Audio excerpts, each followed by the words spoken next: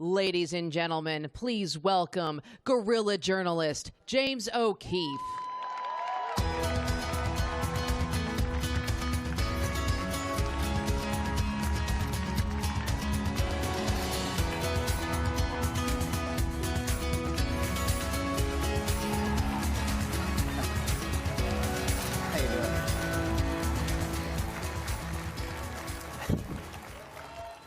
Hello, everyone.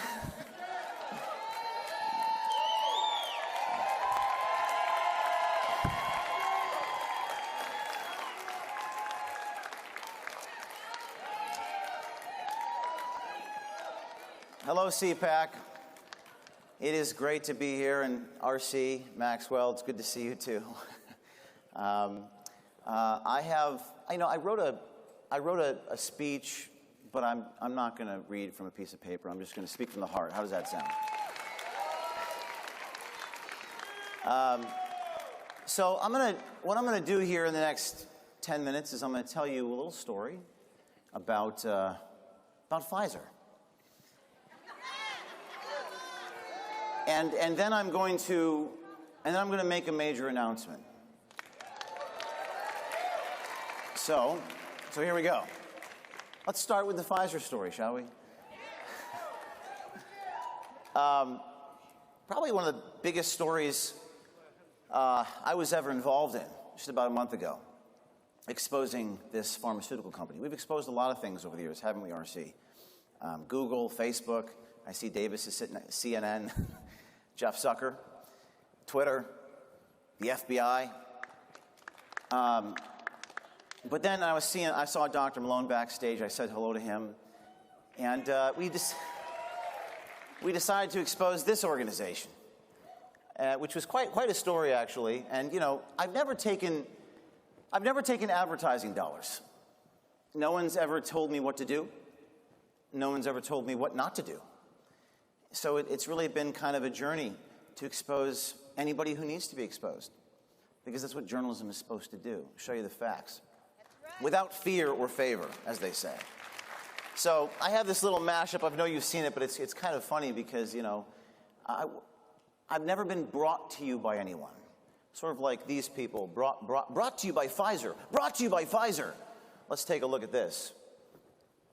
Brought to you by Pfizer. You see it every day on the TV screens there. 360. Brought to you by Pfizer. ABC News Nightline. Brought to you by Pfizer. Making a difference. Brought to you by Pfizer. CNN Tonight. Brought to you by Pfizer. This Week with George Stephanopoulos is brought to you by Pfizer. You get the idea. So about a month ago, I did a story, guy at Pfizer. Now, there are some brave people that have exposed this. A couple people in particular who have been nameless and faceless, but incredibly brave people I've had the pleasure to work with. And I am so grateful for those people. Courage,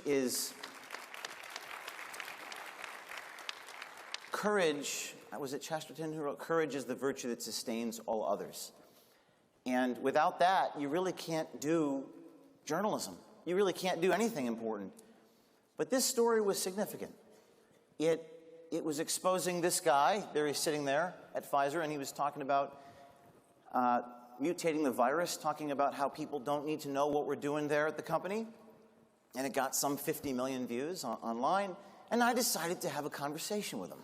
Now, this is my favorite thing to do, by the way, is to confront the bad guys. I actually love doing that. Remember to catch a predator? So, to catch a pharmaceutical executive. So, we go to this restaurant, and again, very quick story, and then I'll make a major announcement. We go to this restaurant in Brooklyn, New York, in the Dumbo section of Brooklyn, and I walk in to say hello to this guy. Hey there. Is this seat taken?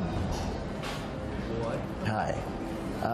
You work for Pfizer. My question for you is, why does Pfizer want to hide from the public the fact that they're mutating the COVID viruses? Is this real life? This is absurd. Why does Pfizer want to hide from the public that they're mutating the COVID virus? Oh my God. You're on video. You're on video. Pfizer ultimately is thinking about mutating the COVID virus. What is going on here? So he's shocked. He's amazed. this is happening. Now, what's interesting, of all the restaurants in New York City, I picked maybe the one in Brooklyn where I could get a shot like that.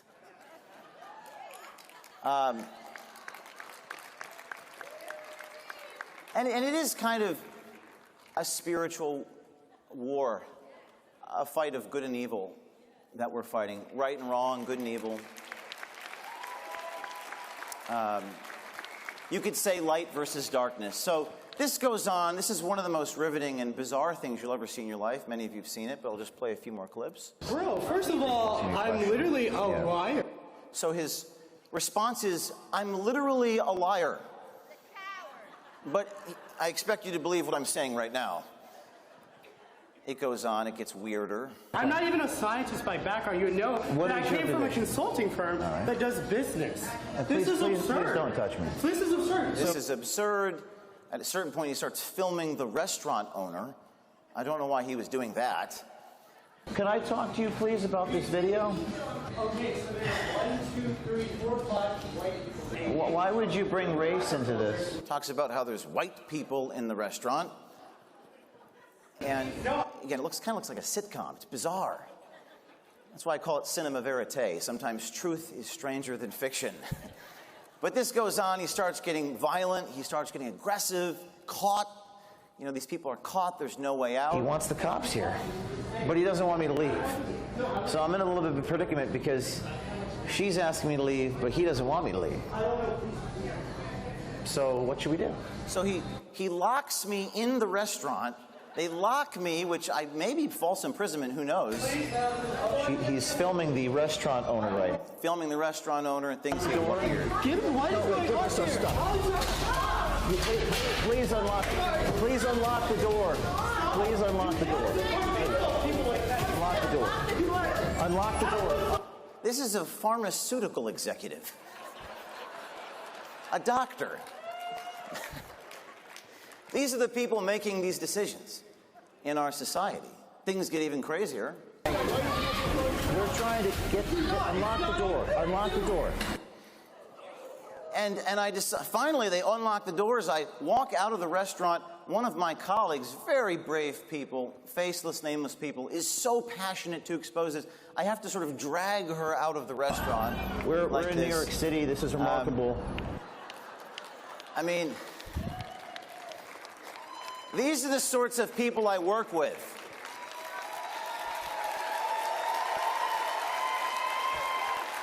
She's like, let me go back in there. So I'm running down the street. The cops are coming. They all, I'm worried they're going to destroy our footage. Luckily, we escape. Let me fast forward. By the way, he jumps in front of the vehicle to try to prevent us from leaving. Okay. So this all happens. Most watched video in history of Veritas. Now, what was the name of the radio broadcaster? Now you're going to find out the rest of the story. Yes? What was his name? Paul Harvey. And now, ladies and gentlemen, for the rest of the story. Ready? You ready for this? Fasten your seatbelts. In order to obtain these things, we need brave people. We need brave whistleblowers. We need people on the inside. There were people on the inside of Pfizer who helped us obtain this. To be a whistleblower is to step outside the great chain of being, to basically be disconnected from the mother ship. That's sort of like how I feel right now. But I've learned a lot of things over the last month. Having been ousted from the company I founded 13 years ago, mere days after the story. And as this was happening, I was talking to one of these people. And she was a little reluctant to go public, rightfully so. She was scared. It didn't feel right. But after what I went through, we reconnected. The individual who helped identify this man, who helped bring this to light, the person who worked with Pfizer, who was targeted, who was brought into a room, interrogated, who had a red van go to her home, harass her and her loved ones, who was scared for her life, rightfully so, scared for her life. was so inspired by the series of events that have occurred over the last 3 weeks that she's decided to go public with me on this stage right now.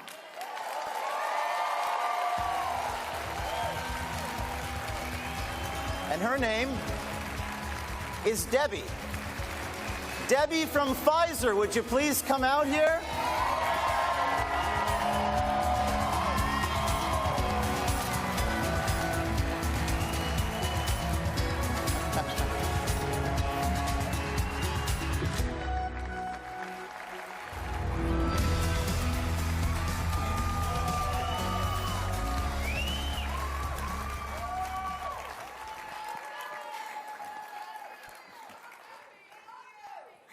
Thank you. I love you guys too.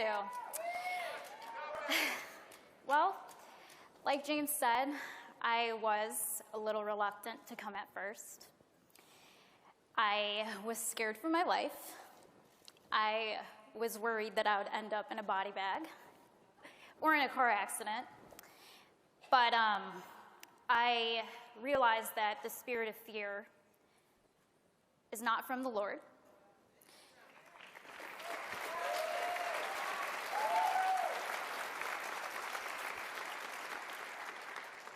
And as a believer, I knew that I couldn't just sit there.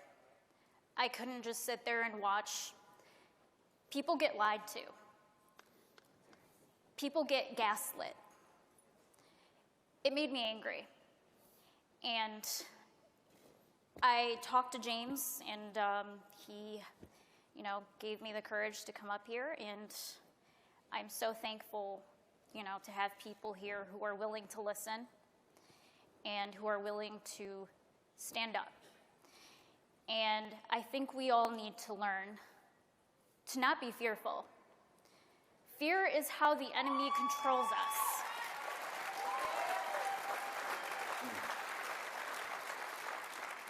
The reason why our country is going the way it's going is because of fear.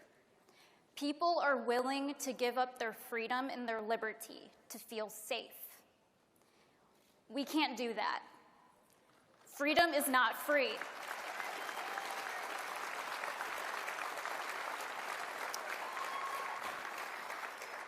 Freedom comes with the price. And sometimes people, like me, have to make a sacrifice.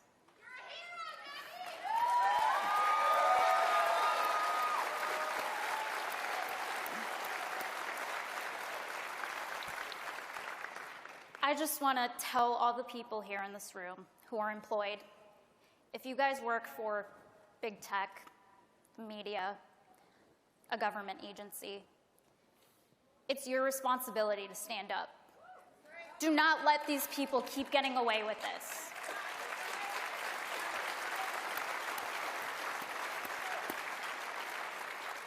If you don't say something, they're going to keep doing it. That's why we're where we are today. That's why they keep doing it. That's why they keep lying to you. That's why they keep gaslighting you. Stand up. Be brave. Do something for this country, or else we're all doomed. Thank you. Thank you.